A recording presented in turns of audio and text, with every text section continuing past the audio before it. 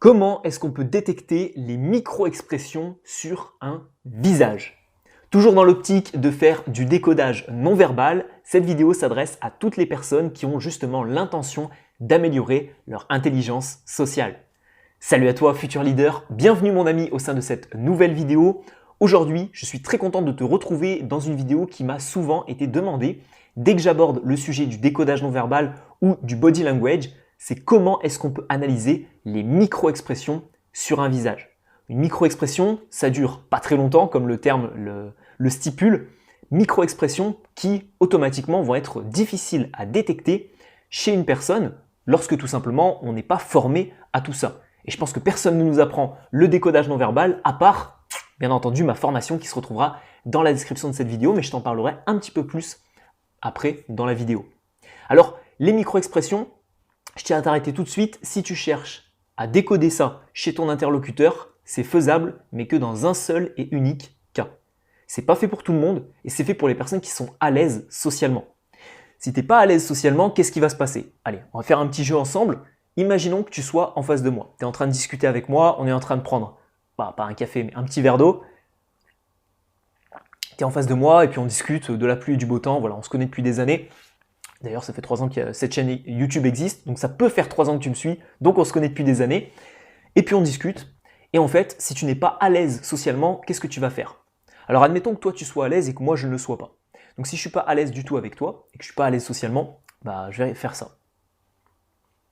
Je vais te regarder, puis après je vais regarder par terre, je vais regarder là-haut, et je vais avoir du mal en fait à tenir le eye contact avec toi, parce que je ne suis pas à l'aise. Donc en guise de constat d'introduction de cette vidéo, devenir à l'aise socialement, c'est avoir la possibilité derrière de faire du décodage. Si tu n'es pas à l'aise socialement, oublie le décodage, ça ne sert à rien. D'ailleurs, ma formation décodage non verbal 2.0, je l'interdis aux personnes qui ne sont pas déjà à l'aise socialement. Ok? Maintenant que tu es à l'aise, si tu continues de regarder cette vidéo, c'est peut-être que justement tu veux devenir à l'aise en société ou que tu ne l'es déjà, eh bien, tu peux commencer à t'intéresser à comment détecter les micro-expressions. Alors, ce qu'il faut bien comprendre avec les micro-expressions, c'est que ce sont des contractions musculaires. Tu vois, par exemple, tu vas hausser les sourcils, c'est une contraction à ce niveau-là.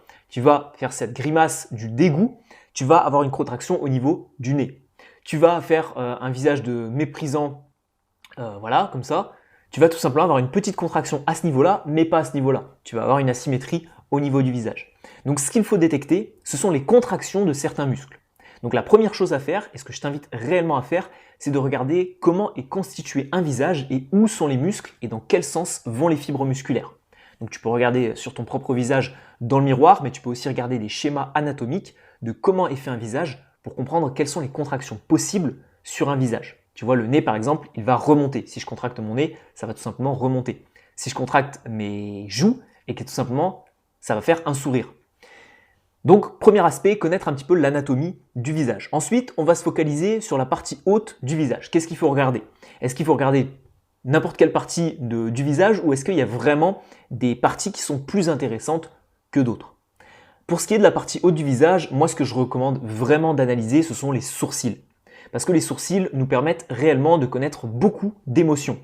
La peur, on va vraiment le voir dans le regard de son interlocuteur. La colère, on peut aussi le voir dans le regard de son interlocuteur, tu vois, quand tu vas commencer à froncer les sourcils. La honte, c'est pareil. Le mépris, ce sera plus dans la partie basse du visage, par contre. Mais au niveau de la partie haute, on va se focaliser essentiellement sur les sourcils et les yeux. Où sont les sourcils de ton interlocuteur? Est-ce qu'ils sont en position haut? Est-ce qu'ils sont en position bas? Est-ce qu'ils sont serrés? Dans le cadre de la colère, par exemple, est-ce qu'ils sont en position neutre? Et en fait, grâce à ça, tu vas pouvoir faire une certaine interprétation. On voit ça notamment en détail dans la formation décodage non verbal, vu qu'on traite de chacune des émotions. Pour ce qui est de la partie basse, c'est le troisième conseil de cette vidéo, on va se focaliser cette fois-ci essentiellement au niveau de la bouche. Alors on pourrait regarder les joues, on pourrait regarder le menton, on pourrait regarder le nez qui est un petit peu au milieu du visage. Mais je te recommande vraiment, si tu commences le décodage, par t'intéresser à la bouche. La bouche, est-ce qu'elle est tombante? Alors quand on dit tombante parce qu'on est triste, c'est pas on fait cette tête-là. Non, c'est juste un tout petit peu tombant en fonction déjà de la position initiale de la bouche de ton interlocuteur. Est-ce que la bouche est en haut, comme ça? Est-ce que tout simplement ton interlocuteur a la bouche qui est légèrement ouverte en forme de O? Est-ce que sa bouche est en forme de sourire? Est-ce qu'elle est fermée? Est-ce qu'elle est fermée ou est-ce qu'elle est pincée? Est-ce que tu sens qu'il y a tout simplement une tension à ce niveau-là? Est-ce que sa bouche, il y a une asymétrie? Comme je te l'ai dit, c'est la micro-expression du mépris. C'est-à-dire que tu vas remonter légèrement un côté, mais pas l'autre. Tu vois, tu vas faire cette tête-là. Là, c'est tout simplement du mépris. Donc, première partie, analyser tout simplement les sourcils et sur la partie basse du visage, analyser un petit peu la bouche. Encore une fois, toutes les interprétations sont dans la formation Décodage non-verbal 2.0, même si je t'en ai donné quelques-unes dans cette vidéo. Alors ensuite, comment réussir à détecter les micro-expressions? Tu sais où est-ce qu'il faut regarder. Tu connais peut-être l'interprétation de chaque geste. Mais comment est-ce que tu vas pouvoir détecter les micro-expressions chez ton interlocuteur?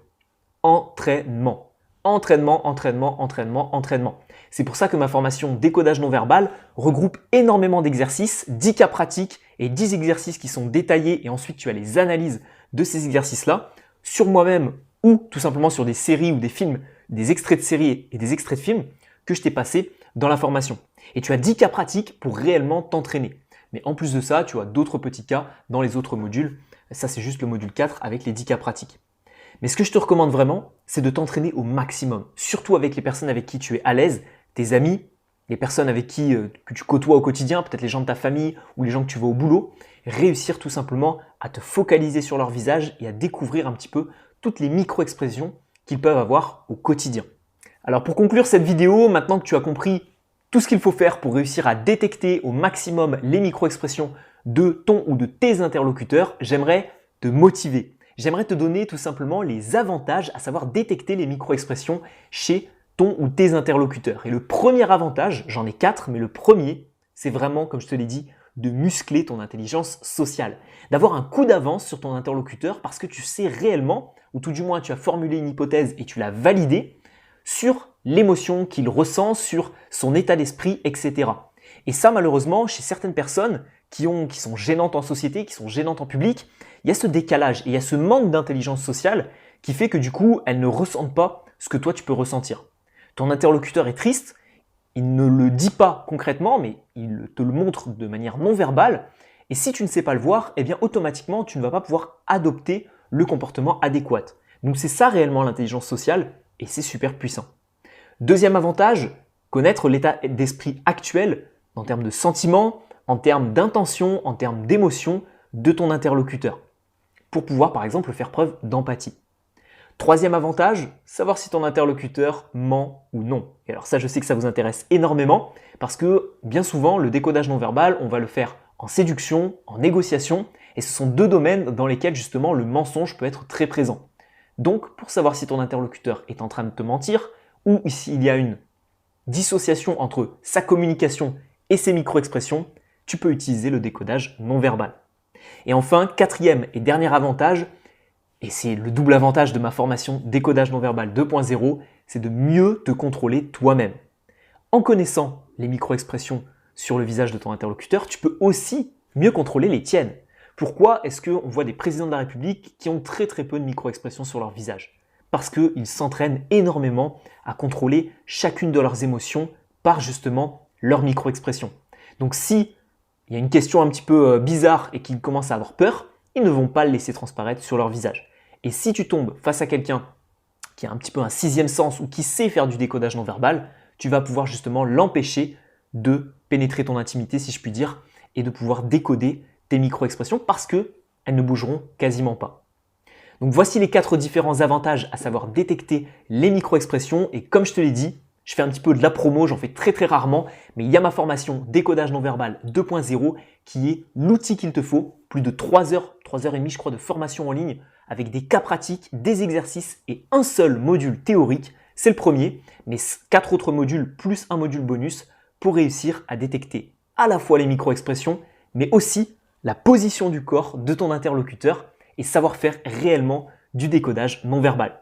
Il y a de plus en plus de personnes qui suivent actuellement cette formation et si tu veux rejoindre les autres, le lien se trouve dans la description de cette vidéo ou sur la petite miniature qui apparaîtra juste ici. On se dit à tout de suite sur la formation Décodage non verbal 2.0 ou pour une prochaine vidéo. Merci d'avoir visionné celle-ci, c'était William. Ciao ciao.